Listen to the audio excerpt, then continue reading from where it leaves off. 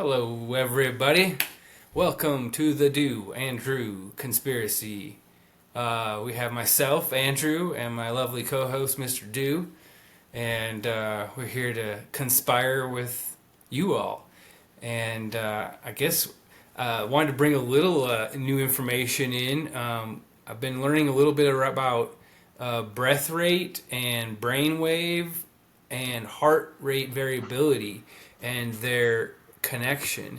And I thought that was kind of fascinating. So they're pointing to, like, if you can get your breath rate down to under 6 hertz, so 6 times a minute, it'll actually drop you more into theta and take you out of beta, which can be a little anxious and that sort of thing. So some interesting information for those of you who do seem to suffer from anxiety or that sort of thing. And the heart rate variability, it ties deeply into our vagus nerve and our ability to regulate the nervous system. So more and more coming out, I feel like, around breath work and its power. Go ahead, Dale. I, I didn't mean to interrupt, but I'm just in case people said theta. So just to like give a little background, apparently there are like four basic states of human brain activity. There's beta, which is like everyday life, and when that gets stressed, it like causes a lot of anxiety and everything. Then there's alpha, which I think is basically when you wake up and when you're like most like open to suggestion and everything. And then there's delta, which is deep sleep, which is also very suggestive. And then finally there's theta, which basically is sort of like childlike perception. Where you get to like to like just like a childlike simplicity and a childlike calm. So, if anything that like leads to theta or even alpha is like a positive thing, and Yeah. beta is our everyday life, but you have to be aware that beta can be very up and down. And then there's gamma too above Right. beta, and that's usually like hyper focus. That would definitely be in your fight or flight, and it has useful things. But yeah, if you live there, it's going to be bad times. And delta is actually the slowest, but that usually is more to do with like deep sleep and that sort of thing. But yeah, the alpha and theta seem like good places to be for relaxation, meditation, creativity, that sort of thing. And And so, just in case you're interested, you can go to YouTube and listen to all sorts of like frequencies. Like there's uh what's his uh I can't remember his name, but they're all sort of like theta and alpha wavelengths, and then they're all sort of like frequencies also that you can like look up that are very relaxful and healing and everything. But this is all a digression from our breathing exercise for the day, so I didn't mean to interrupt you, Andrew. yeah, sure. Well, so I think the focus for me is like I did a little experiment yesterday just to see how slow I could breathe over somewhat sustained period of time, and so in 6 minutes I took 5 complete breaths in and out, and so that would put me closer to like point 8, point 9 hertz. But what I've been reading is if you can get down to like 4 to 6 hertz, that's usually like a pretty good calm state. And so I was thinking we could practice something like that. I'll bust out the little timer here, but that's not that slow. It's one breath. It's slow. A box breath is 4 hertz, right? So it's pretty common for what we have been doing. But let me just mark out. We'll mark out 15 seconds, and just we'll do a round trip every 15 seconds. And if you want to hold at the top, do more of a box breath, feel free.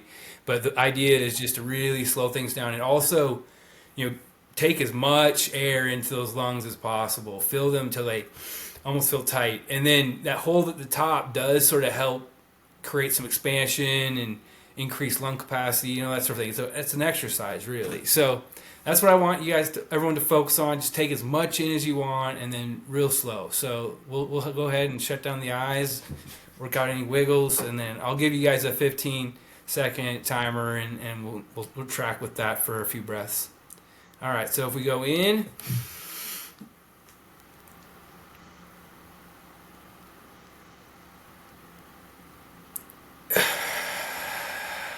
And out. And in.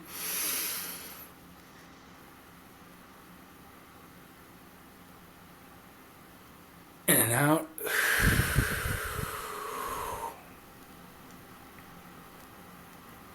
And in.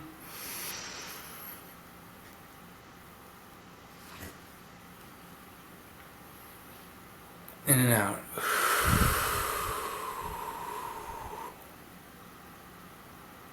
All right. So that's an example of what about a 4 hertz breath rate would feel like.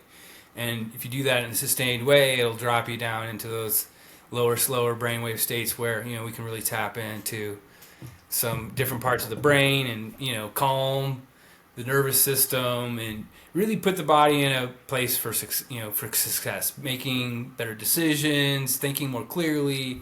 There's a lot of benefits. And there is something to actually just doing the practice too. I think if you get into the habit, I read a book called Atomic Habits, and I was thinking about ways to incorporate this into my day. And one thing I've been doing is before I eat, take a few breaths. Before we start recording the podcast, Dale and I take a few breaths together.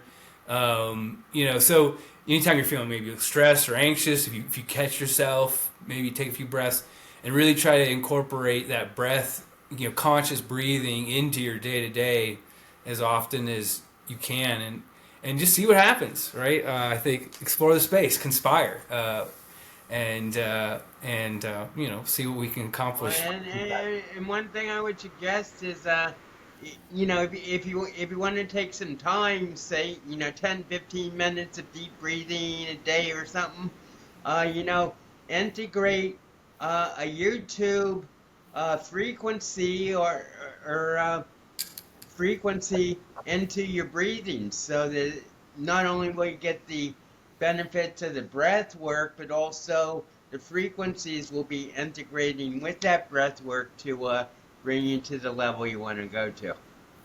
I like that tip. I like that idea. And I do find that guided breath work can be a little easier just because I don't know, it's more motivating to me. It's harder for me to just, freewheel it. So, Same here. Yeah, yeah. I've never been able to just sit and breathe. Yeah, whether you do a guided meditation or you just put on the frequency and listen to that or whatever. But so thank you very much, Andy. That was that was a new insight into breathing and deepens our conspiracy. That's all we want to do. We just want to deepen this conspiracy and have more and more people connect and this is our truth, and it might not be absolute truth, but it's a lot closer to absolute truth than a lot of a lot of the other stuff you hear. And so, with Well, that in one thing mind, I'll say, I've never heard of anyone overdosing on breath. You know what I'm saying? right? So there's not much downside. So there's really only upside. And whenever that's the case, I lean in because other than becoming overly obsessive about it, I guess some people could go down that path. But as long as you're not obsessing over your breath rate, we should be in pretty good shape. Right. And well, the other, I mean, and Andrew and I are basically beginners when it comes to breath work, but there are a lot of very good breath work instructors, and they're basically infinite ways of breath work that you can do to improve yourself. So, if you're interested in breath work, I would recommend that you look into maybe mentoring or getting a coach or something. I had one named Adrian Riviera, and I did her breath work for about a year, and it was very enlightening. So, and but so I'm going to move us along with two poems. These are from my latest collection. The one about psychotics can't write like this. That's the name of the poem. Psychotics can't write like this, or a poetic explanation of schizophrenia. And this first one I'm going to do two today for a treat. So this first one is sort of short, but it goes, the Lord is my doctor. And I'm stuck having delusions when I feel that I am home with you, God. And with Dale, the devil slithers in, and I know we survive. Mark of the beast that sits on the sun of darkened, on sun. Darkened as I pause and praise you for the blessing of the assignment to which you are making me gladly chosen. Thank you for honor sitting on your inner sanctum council, and through your non-existent need admire your predestined grand plan. In humility now I see you in next Instagram with me. Little modern twist at the end there. I like it. Yeah, yeah. And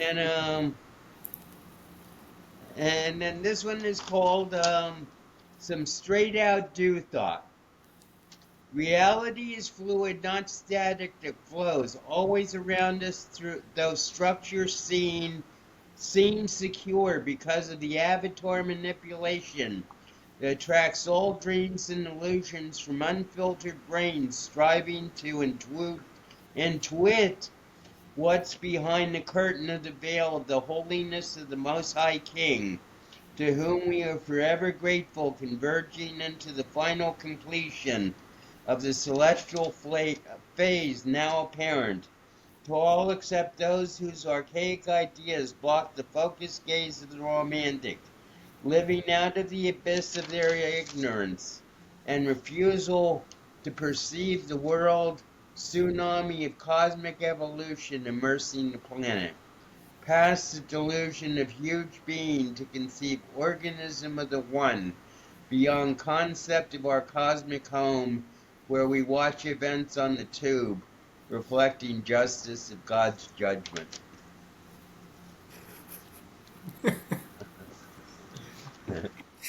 Always always, no, always gotta that leave them ties with the into truth. what we're talking about today, right? And it obviously ties into the Do Andrew conspiracy. I would say pretty well. So we're on theme. Right. Yeah. So, so I wanted to start with talk about Fred, and I know that people are probably say, who is this Fred guy, and why is he so important, and why is Dale so obsessed with him, and what's this M16, and all sorts of questions about Fred, and we did a whole session on Fred. But basically, I had revelation yesterday that Fred is not my friend Fred, who was in Vietnam. Fred is Friedrich Nietzsche, the most influential and motivating philosopher I've ever encountered. And one of the reasons I got taken away from Dartmouth was because my first major course at Dartmouth was a full, full upper course level course in Nietzsche. And Nietzsche was born in 1844. He died in 1900, which I find very synchronistic, because basically, with the death of my friend, keeper of the eternal M16, Fred, in the last 2 months, from 1900, that defines the period of Fred on Earth. From 1900, well, actually, he was born in 1844, but from his death to 2025 it's taken 125 years to overcome the spirit of war and of the warlord Fred that has now occurred, and this is why I and the reason was so obsessed with Fred, even at Dartmouth, was this concept of God is dead. He is like the prophet of God is dead. And even though if you actually read him deeply, he's like a celebrant of mankind and says that the Uberman or the Superman or whatever, which has been totally misinterpreted by history and everything. But basically, he says that the Superman is like the person that we talk about who is taking full responsibility for his own sovereignty. And he also says that those who achieve that, those are the masters, but the vast majority of mankind, it will have the crab effect on the masters. On if you know if the what the crab effect is, but basically, if you put a bunch of crabs in a bucket and one of them tries to get out, then all the other crabs will like bring him down. So basically, Nietzsche was saying that the Uber Ubermensch is actually how he said it in German. The Overman is like the goal of mankind, but it's going to be virtually impossible because the vast majority of of mankind suffers from envy of the master rather than appreciation of the masters. So, therefore, those who are masters are always going to be crab situated until they learn how to overcome themselves and assume their full authority. And that's actually what his big novel, his greatest book, Thus Spoke Zarathustra, was about, where he presented a 400-page portrait of what the Superman the Overman he envisioned entailed. Okay. Well, Superman is a guy with a cape and an S on his chest. He got it all wrong. That's why I say Overman. That's why I say Overman. I But know. I watched a lot of Superman when I was a kid and young adult, so he was like my favorite superhero. well, actually, one of my best friends, Tony, he was obsessed with Superman, and was 4 years after Steve Reeves committed suicide. They told Tony because they felt he wouldn't be able to handle it. Dang. Okay. Yeah, Friedrich Nietzsche. He he's his influence is gone is kind of what you're pointing to. Yeah. Well, I'm saying the age of Nietzsche is over. Yeah. But when you bear in mind that he died in 1900, then you can see the whole history since his death has been his legacy of God is dead taking over the world. And that's what I'm saying is dead. This idea that that he presented to God is dead. And the last 125 years have proven what will happen if in fact God is dead. And I've stepped out of my Dale as God persona, but actually, I did uh, say I was God in reaction to God is Dead by Nietzsche at a very deep level, just because I felt that, well, I don't know, felt is the right word, but I really felt that God did exist, and if if uh, if he did exist, then I could represent him on Earth, and just like led from one thing to another until it became 50 years of a lunacy, schizophrenic LSD trip. But now it's over. But I do know God exists, and therefore, as a representative of of the kingdom, the the spirit of Friedrich Nietzsche has now been buried. It's over. Okay. And we It can is. It is. we can all live in a world where we know there is a God. That's basically what it comes down to. Did his mustache go away with him? It, I no, think that thing had a life of its own. his mustache has been is an exhibit in the Museum of Do. Yeah. No, it's its own entity. Google it and you'll see what we're talking about. Good. Excellent. Well, you know, I don't know. I do have seen that before, and this sort of atheist concept of there is no God. I don't know. I just don't see any advantage in that belief structure. I definitely understand one that rejects sort of the religious, construct around God, but rejecting the idea of God just seems odd to me. I don't understand the advantage. And to your point, you've always felt that presence within you. So, well, anyway, This gets into what we were going to talk about: nature versus nature, nurture, and you know why do we? Where is the origin of God in the first place? I mean, right. is it like nature? Is it like basically in our DNA? And and I have seen a lot of articles lately that are pointing out more and more that there is some sort of like genetic component to God that's within every human and everything. But they haven't proved, they haven't found that yet or anything. Uh, but does it come from within this external worship of a greater power, or is it merely just like our own power that we're scared to worship because it's so powerful? Yeah, yeah, no, this is interesting things coming out, and you said in your poem that reality is dynamic, and I think for me, I feel like this almost points to that because the consensus feels like it is very, very, very slowly shifting, and but it is shifting. I mean, I think that's part of what we're conspiring on here is this shift in the perception of the people on the planet about what is real and what is reality.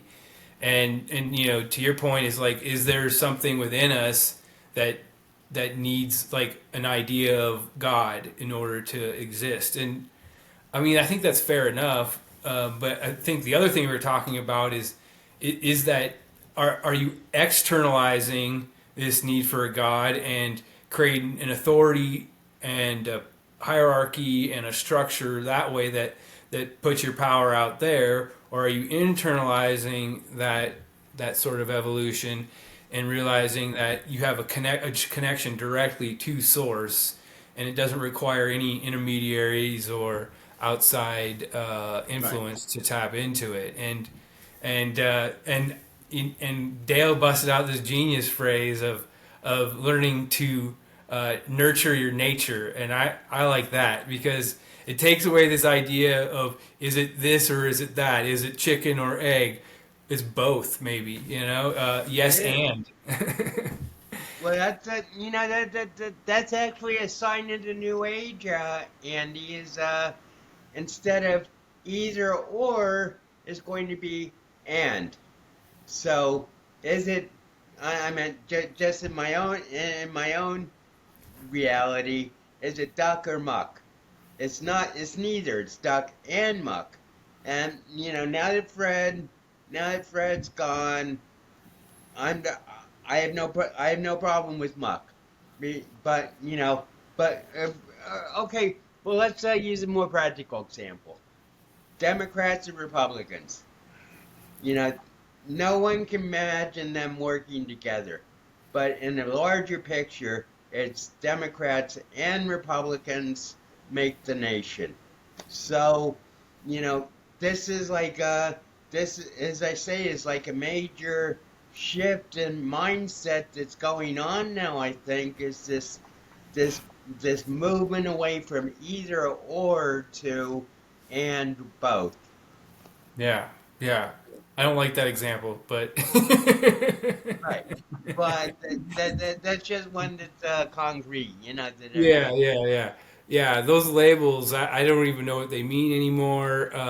It seems they've lost any value that they ever held, if they did have value at some point. But that's my own Right. personal opinion. Well, But yeah, this idea. what's your example then? Well, yes, and well, I think we gave it right. It doesn't, you Nurture know, and nature. it's not about judging. Oh, what was your question? Well, I was just saying, what's the contrast that you see?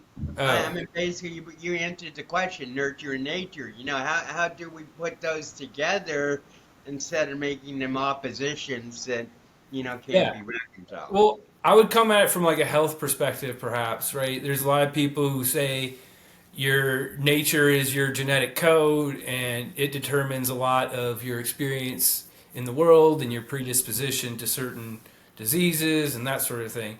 But the nurture side would say, well, it has a lot to do with your environment and who your parents were, and so I would say yes, and it's both.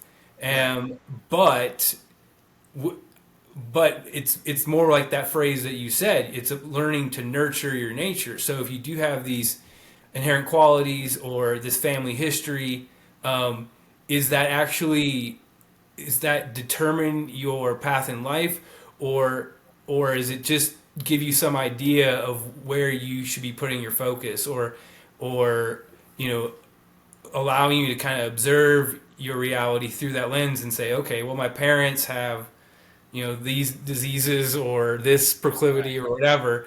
Can I break that cycle myself? Can I become aware of what path maybe took them in that direction and then go down my own path? And that's how you would nurture your nature, is kind Well, of the way I've been thinking about it. well, I agree with that completely, but it's also like that to me, nurture has always been what you're programmed with. Nature is what you're born with. I mean, in Gabby we talk about fascia, chakras, and DNA, or mind, body, soul, whatever. But or even in Sid. Oh, I gotta read Sid Banks too. But anyway, or even in Sid Banks, thought, consciousness, and mind. But these things are all like working together, and nurturing is the programming and what you'll learn about yourself to be able to best. I mean, and this is sort of like a weakness, maybe, but to best integrate into the matrix of the society in which you're living. But if you don't like the matrix, then your nurture can work against your nature of freedom to hold you back from realizing the true possibilities of your nature. Yeah, yeah, yeah, yeah, yeah. I like that. Yeah, so there's becomes, you are in charge of both to some extent. I think that's what we're trying to get at, is this idea of nature being this fixed thing that you're destined to fulfill, right? If your parents died of heart disease, you're going to die of heart disease or something like that, right? And I feel like that was a program to keep people kind of stuck in allopathy and chasing these cures, and also in fear that they would get these same diseases, where epigenetics points to that nurture part and programming to believe that this body is a beautiful and perfectly made thing and has the ability to heal, and doesn't necessarily require all these external uh, placebos in order to function. Right. And that's determined by your nurture, your belief structure, your programming, Right. and so I've been leaning into programming that is empowering, not programming that is disempowering, programming that Right.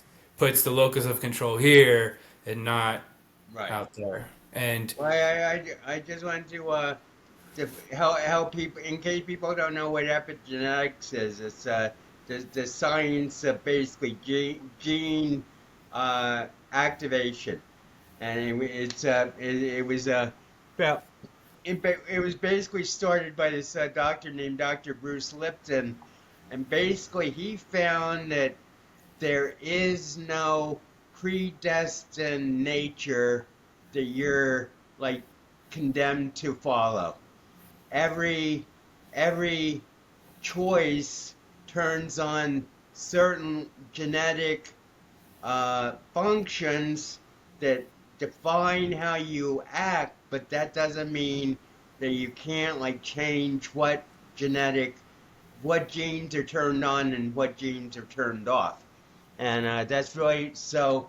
Basically, once again we get that back to free will versus predestination. But a lot of people think that what is in your DNA is basically inarguable, Yeah, and that's not it true. runs in the family is like Right, right, the classic thing. Oh, this runs in my family. This runs in my family. Well, if you repeat that often enough and don't break any of the cycles that you inherited, then yeah, you probably will get the same disease. That's the point, right? And so observe the nurture, the programming of your lineage, and then learn from it and break those cycles. I mean, that's really what's coming in strong for me is individual responsibility for our health and our mindset and our relationship to God and others. well, the thing is that it can become, nurture can become self-fulfilling prophecy. And the example you just used, I meant uh, someone I know, she has some sort of cancer in her family, and she's 85 years old now, and she's totally terrified of getting this type of cancer. And she's always looking for symptoms, and she's been tested like 5 times for this cancer, and they haven't found anything, but it's still in her mind. And that's really where the nurturing comes in. That's where the programming, and it takes a lot of strength to especially break like generational patterns and everything. But first you have to be aware of the patterns, and then you have to like work to break them.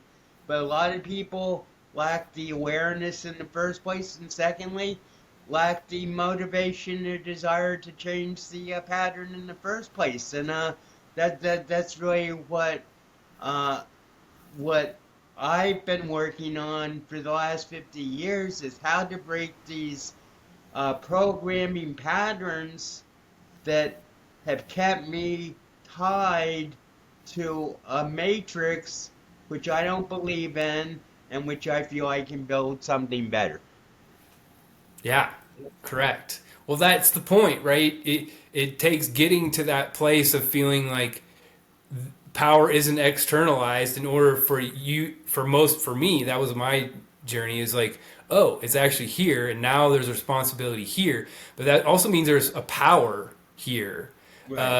to create a different path forward, to create a different life for myself and not be sort of doomed to just repeat the past, right? That's another phrase, right? The past always repeats itself. It's like, Right. well, does it? Or are we just programmed to say it does, and so we fulfill that prophecy. And so it's you're right though. It does take an awareness, a mind that is free, because you do see the ones that aren't free, and they will defend the most insane things in order to sort of keep their paradigm intact. And I don't know. I don't know how we overcome that. It does feel a little bit like that crab analogy you gave, but I got to think there's something. I mean, there's an energy coming in that's breaking that Right. that that tendency. I think, and if enough crabs all bolt for the exit at the same time, there won't be enough to hold them back. I think that's where Right. I'm Right. at. Right. So it's I about I agree. building. So it's about conspiring to build this future, to internalize our power, to not be just constantly giving it away.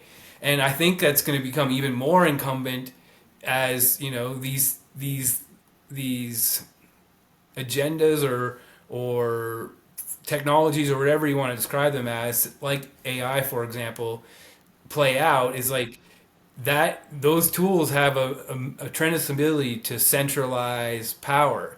And so if we continue to feed into that, it will happen. But if we can start taking it back, maybe it changes that paradigm completely and becomes something more liberating, more freeing, and doesn't have to be this like doom and gloom type scenario. Well, AI is a tool, and every tool can be used for good or bad. So, it's up to the individual. But what I wanted to say about, you know, the the past always repeats itself. That's one of Nietzsche's major themes. He calls it the eternal return or eternal recurrence, and he basically says, and this is like something that like stumped me for 25 years.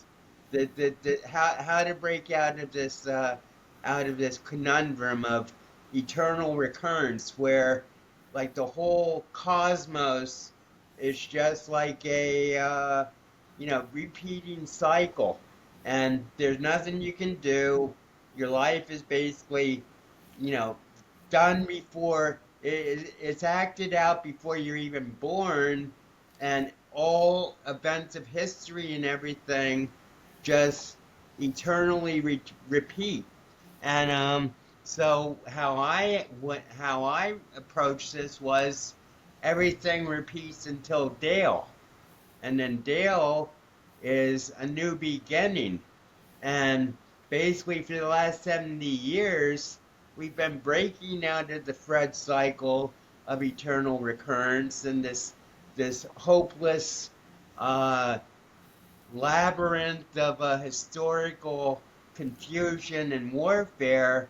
And now that Fred is dead, that whole that concept dies too. So, so instead of the eternal Fred day-to-day reality, we have the new do Dale to Dale reality, where instead of one step leading to another on a flat earth, every step is a step up. Every Dale is a step up to a next higher level. Yeah. Yep. That's what we need.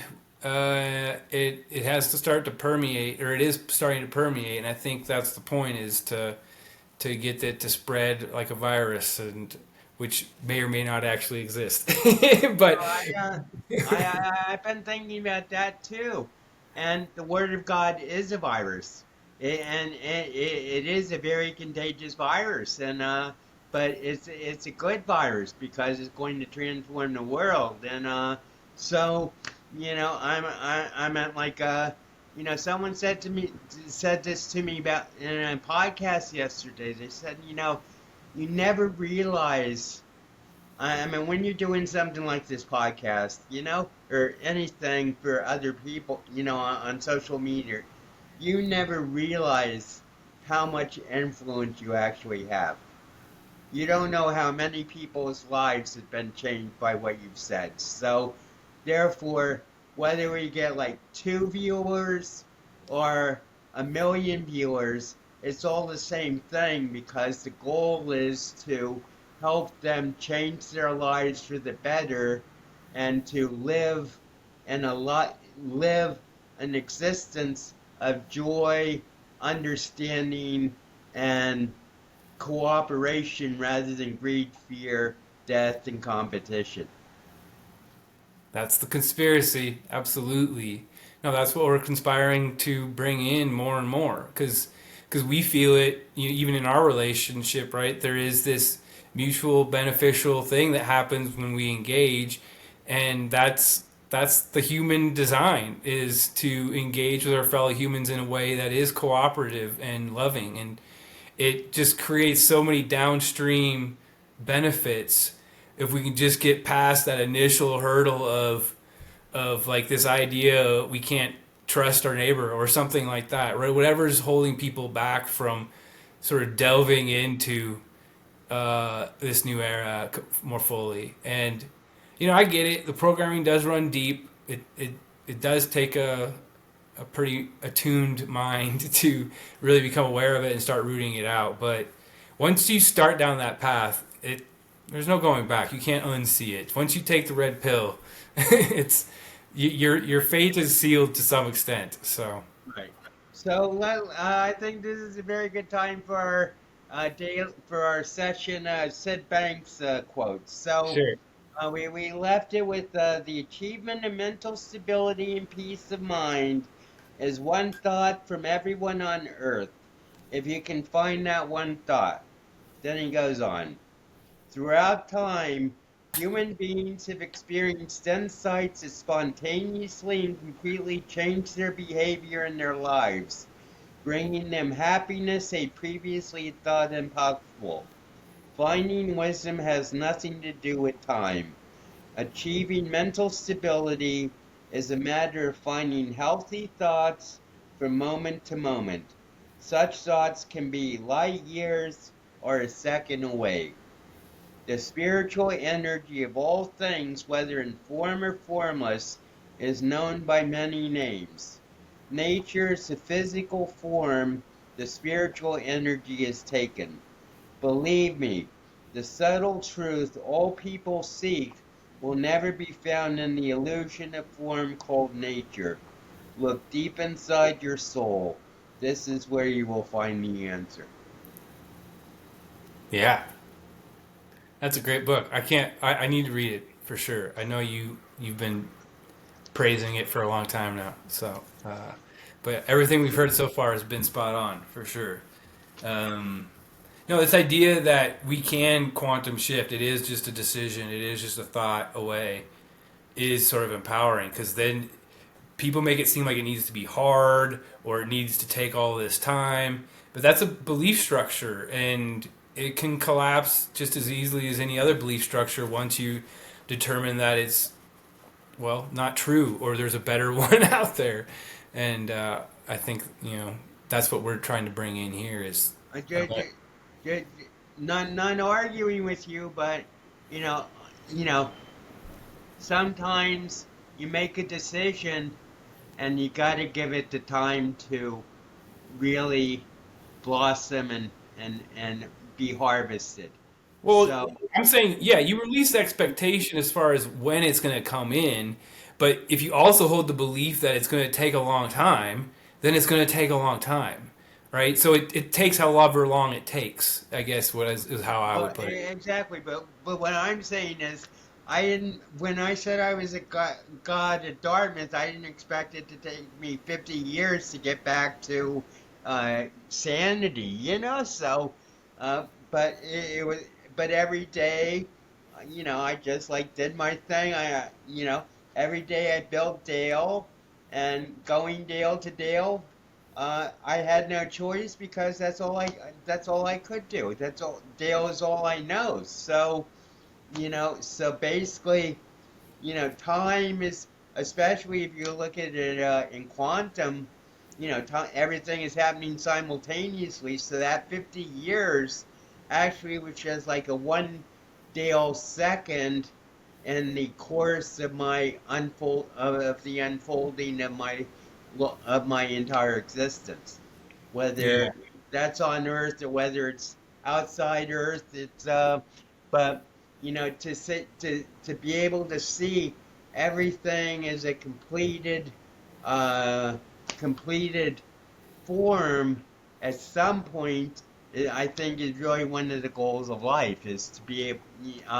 Pedro wrote a book called about Christ called The Finished Life, and you know, basically everybody wants a finished life. You don't want to like die, and there is no death anymore because bread is dead. But everybody wants to. I mean, even if they don't complete their mission, they want to complete their mission, and everybody has an idea about how to do that. And I don't know.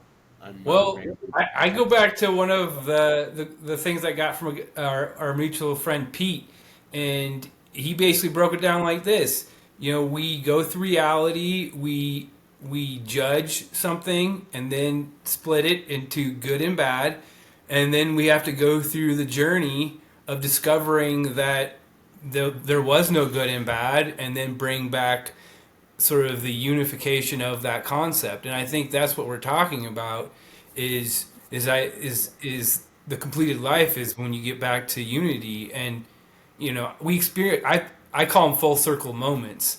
And it's anytime you've had an opinion or a judgment or whatever about something or a situation, and then you're able to go through a learning process, a growth process, and maybe reframe it or look at it differently. And now you can see that it was neutral all along, and you just assigned the meaning you assigned to it. And I think, to me, that's kind of what you're pointing to, is at the end of your life, you want to see that everything was just the way it was, and it was perfect the way it was, and it was for your benefit, or something like that. And then, yeah, there's a peace. The rest in peace is allowed at that point. And yeah, I guess I don't know if that's required to be completed in one incarnation, or if it just happens multiple times. I think it happens for me. It happens throughout my life, right? There's Right. something that comes in new that I'm like, oh, I don't expect that, or that's a new thing, and I have an opinion about it, and then I start to learn more about it, and then maybe it shifts to where I can see the duality of it and see a higher aspect of it and a lower aspect of the same situation, and then that takes away the judgment and brings it back Right. into unity. And so I think that's the journey for me, at least, Well, of going through these different things that come along. well, I think the core conundrum between external authority and internal acceptance is this idea of judgment in the first place. I mean, you know, when you have inner acceptance, you don't judge yourself, but you also have to stop judging other people, and this idea of a external judge is something that's sort of like been imposed for millennia, because until now mankind wasn't able to sustain himself without the belief in God, or without the belief in a higher power. I mean, the caveman looked at the thunder, looked at the lightning, and said, "That's God." So, but now we're in a situation where I'm not lowering God, but everybody is God. So Well, it just takes therefore, out the hierarchy, right? right, God is still source. You didn't birth yourself, right? You came from somewhere, but you are now in co-creation mode with God, and we're all a fractal of that. So Dale and I are co-creating, but we're also getting some of that inspiration, desire from an external source, and we can call that whatever we want. But God just seems like sort of this universal title, as long as you can. I, the analogy, the analogy I came up with is, and of course it's egocentric, because I'm Dale, and I'm Do, and who I am. But basically, I feel that God is the light that refracts into infinite kaleidoscopes within a drop of dew. That's beautiful. I like that. Yeah. Yeah, yeah, yeah. All right. Well, what do you think? Is that what we're going to leave them with? It feels like we got there. Well, that sounds like a good one. Eh, uh, I'm not sure. Yeah. Uh, so should I uh, should I have a closing poem, maybe, uh, or should we just close it down? Is that Whatever up to you're you? feeling, Dale. I mean, I think we're learning. If they made it this far, they're super fans. So, Right, right. Uh, I think we'll just. I already did two poems, so we'll just close it down. But Andy, I just wanted to say to people that this is called the Do Andrew Conspiracy, but we're thinking about adding with Andy and Dale, because Andrew and Do is bit too formal for the type of community we want to develop. So, it's the Joe Andrew conspiracy, but we are Andy and Dale. And have you ever known an Andy or a Dale that you didn't trust from the very beginning? Oh, jeez. Yeah, good question. I don't know the answer to that. Uh, I just remember that the one time when I was actually in the hospital and I went to visit uh I went to visit like someone who, one of my friends in Hackensack. I was on pass from the hospital and they had something on TV, some talk show, and it says, and we have a very special guest today. And he says, it's Andy. And I don't remember if they said a last name or whether his last name was, but it's just like, it's Andy. And everyone went, ah! So, Andrew has a very deep connection to Lord Do God and the whole Do system. So, um, I just appreciate you, and I think I just appreciate you, and thank you very much for getting me to collaborate with you. And I hope the audience finds this more down to earth and more understandable. As I often say, when I used to be in the hospital, it would take patients 5 to 10 days before they would say, I'm starting to understand this guy. Yeah, yeah, it's a terrifying realization for sure. Well, And then when I was in the hospital, the nurses, on the other hand, would always say, I'm starting to see a new Dale and I'm getting really scared. yeah, yeah, yeah. Well, for me, it's a journey, and it still continues. There's layers like every onion, and we keep peeling them away and learning more and more. And yeah, our audience is sort of catching up. But I hope this is one more layer off the onion of Dew and Andrew and the conspiracy we're co-creating. And have a great day and have a great week, and we'll see you at the next episode. Bye.